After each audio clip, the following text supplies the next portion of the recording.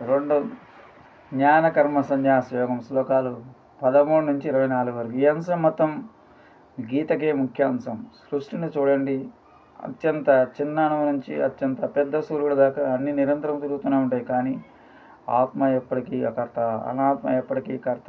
ఈ భాగంలో 2 రకాల కర్మ సన్యాస యోగం గురించి వివరించాడు కృష్ణ పరమాత్మ. ఒకటి, సన్యాస జ్ఞాని. ఈ విధమైన సన్యాసంలో ఒక వ్యక్తి తన కర్మలు త్యజించి సన్యాసం స్వీకరిస్తాడు. ఆశ్రమ ధర్మాల్లో ఇది 4వ కిందకి వస్తుంది, 4వ ధర్మం కిందకి. ఇది బాహ్య సన్యాసం, దీన్నే దీక్ష తీసుకోవాలి, ఇంట్లో ఉండదు. 2, గృహస్థు జ్ఞాని. ఇంకొక రకం సన్యాసంలో బాహ్యంగా ఏమీ మార్పు ఉండదు, అది పూర్తిగా అంతర్గతం. తామరాకు మీద నీటి బొట్టులాగా సమాజంలో అందరి మధ్య ఉంటాడు, కానీ దేనికి చరించడు. అనాత్మ స్థాయిలో కదలిక ఎన్నడూ ఆగదు, అది నిరంతరం కొనసాగుతూనే ఉంటుంది. అనాత్మ కదిలినట్టు కనిపించినా అవ్యక్త రూపంలో కదలిక ఉంటూనే ఉంటుంది. అందువలన అనాత్మ ఎప్పటికీ కర్త. అనాత్మ స్థాయిలో కర్మ త్యజించలేము, ఆత్మస్థాయిలో కర్మ త్యజించడం అవసరం లేదు. తెలివైన వ్యక్తి ఏం చేయాలి? అనాత్మ స్థాయిలో కర్మ స్వీకరించాలి, కర్మ నుంచి పారిపోకూడదు. ఆత్మస్థాయిలో నా కర్తను, నేను ఆనంద స్వరూపునని అర్థం చేసుకోవాలి. ఆత్మస్థాయిలో నేను అకర్తను, అనాత్మస్థాయిలో నేను కర్తనని తెలుసుకోవటమే జ్ఞానం.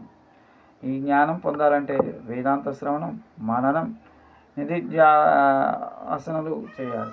జ్ఞానయోగం ద్వారా కర్మల నుంచి అంతర్గతంగా విముక్తి పొందడానికి అంతర్సన్యాసం అంటారు. దీనికి కృష్ణ పరమాత్మ ఇచ్చిన పేరు జ్ఞాన కర్మ సన్యాసం.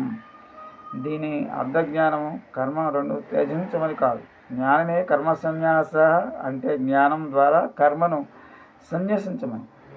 అది మీ ఇల్లు అమ్మి అందులో అద్దెకుంటూ ఉన్నట్లు ఉంటుంది. మీరుండే ఇల్లు మీ సొంతమైనప్పుడు గోడకు మేకు కొట్టాలన్నా కూడా 10 సార్లు ఆలోచిస్తారు. అదే దీంట్లో ఉంటే క్షణం కూడా ఆలోచించారు. ఇప్పుడు మీ ఇల్లును ఎవరికో అమ్మేశారు, కానీ అందులో ఉంటున్నారు అనుకుందాం. ఇదే ఇల్లు, అదే వస్తువులు అవే, కానీ మీ దృక్పథంలో పెద్ద మార్పు వచ్చింది. కేవలం చిన్న సంతకం పెట్టారు, మీ ఆలోచన మారిపోయింది. జ్ఞాని కూడా అదే చేశాడు. జ్ఞాని కూడా తన శరీరం అనే ఇంటిని భగవాన్కి అమ్మేశాడు, కానీ ఆ శరీరం ధర్మకర్తగా వ్యవహరిస్తున్నాడు. ఈ శరీరంతో వ్యవహారాలు నడుపుతాడు, కానీ తన అంతర్గత సన్యాసం చేస్తాడు. దీన్నే జ్ఞాన కర్మ సన్యాసం అన్నారు కృష్ణ పరమాత్మ. ఇందులో కొన్ని శ్లోకాలు అద్భుతమైనవి. యస్య సర్వే సమారంభాః కామ సంకల్పవర్జితాః జ్ఞానాగ్నిదగ్ధ కర్మాణం తమాహుః పండితుం బుధా. 4వ అధ్యాయం 19వ శ్లోకం. ఎంత మార్పు వస్తుందో అతనేమి రాయలా మారడు. అతను కూడా గెలుపు ఓటములు చవి చూస్తాడు, కానీ వాటి ప్రభావం అతని మీద ఎక్కువగా ఉండదు. త్వరగా వాటి నుంచి కోలుకుంటాడు. త్యక్త్వా కర్మ ఫల సంఘం నిత్యతృప్తో నిరాశ్రయ.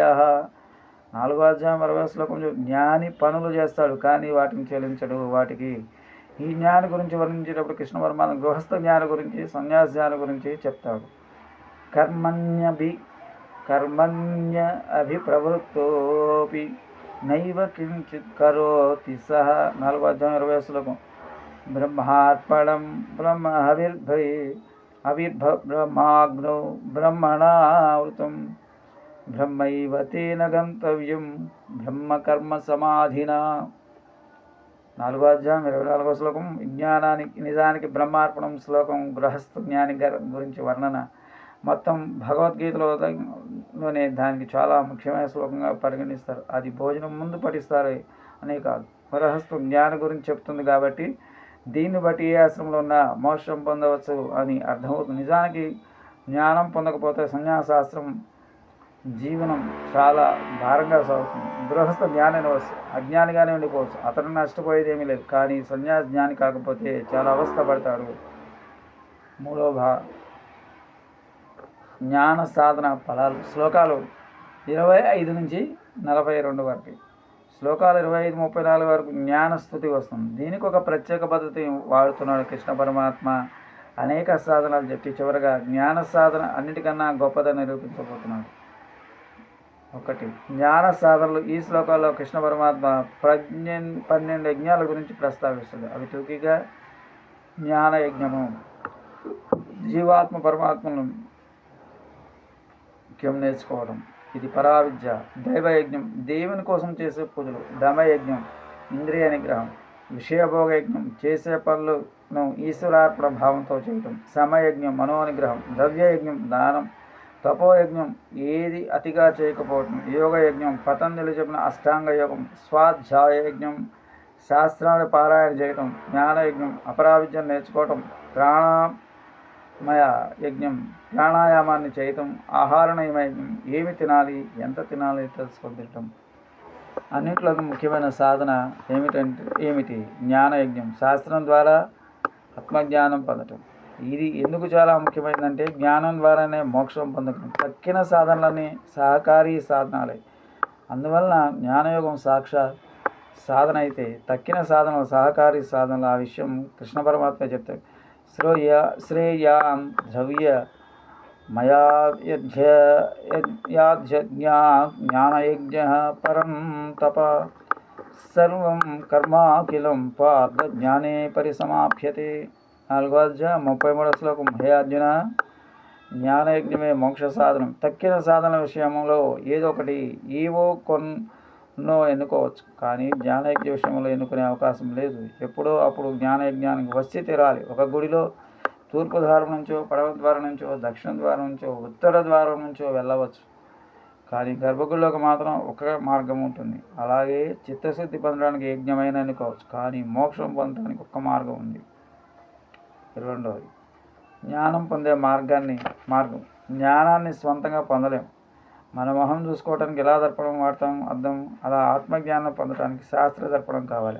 ఇందులో గురువు అంటే ఆచార్య యొక్క ప్రాముఖ్యత గురించి మనం కూడా ప్రస్తావించాడు. గురువుల్లో ముఖ్యంగా 3 రకాలు ఉంటారు మనం చూసాం. వాళ్ళు మంత్రోపదేశం చేసే గురువు ఒకరు, 2 పేరలు ఇచ్చే గురువు ఒకరు, 3 బోధ చేసే గురువు. ఈ 3 గురువుల మధ్య ఉన్న భేదాన్ని సరిగ్గా అర్థం చేసుకోవాలి. మనం బోధ చేసే గురువు దగ్గరికి వెళ్ళాలన్నాడు కృష్ణ పరమాత్మ. తద్విద్ది ప్రణిపాతేన పరిప్రశ్నేన సేవయ ఉపదేక్షంతి తే జ్ఞానం జ్ఞాని నసత్వదర్శిన. 4వ అధ్యాయం 34వ శ్లోకం చెప్తుంది. పాదం ఆ గురువు దగ్గరికి వెళ్ళి నమస్కారం చేయాలి, ప్రశ్నలు వేయాలి, సేవలు చేయాలి. మొదటి 2 వల్ల శిష్యునకున్న జిజ్ఞాస వినయం తెలుస్తాయి. సేవ చేయటం వల్ల గురు శిష్యుల మధ్య అనుబంధం పెరుగుతుంది.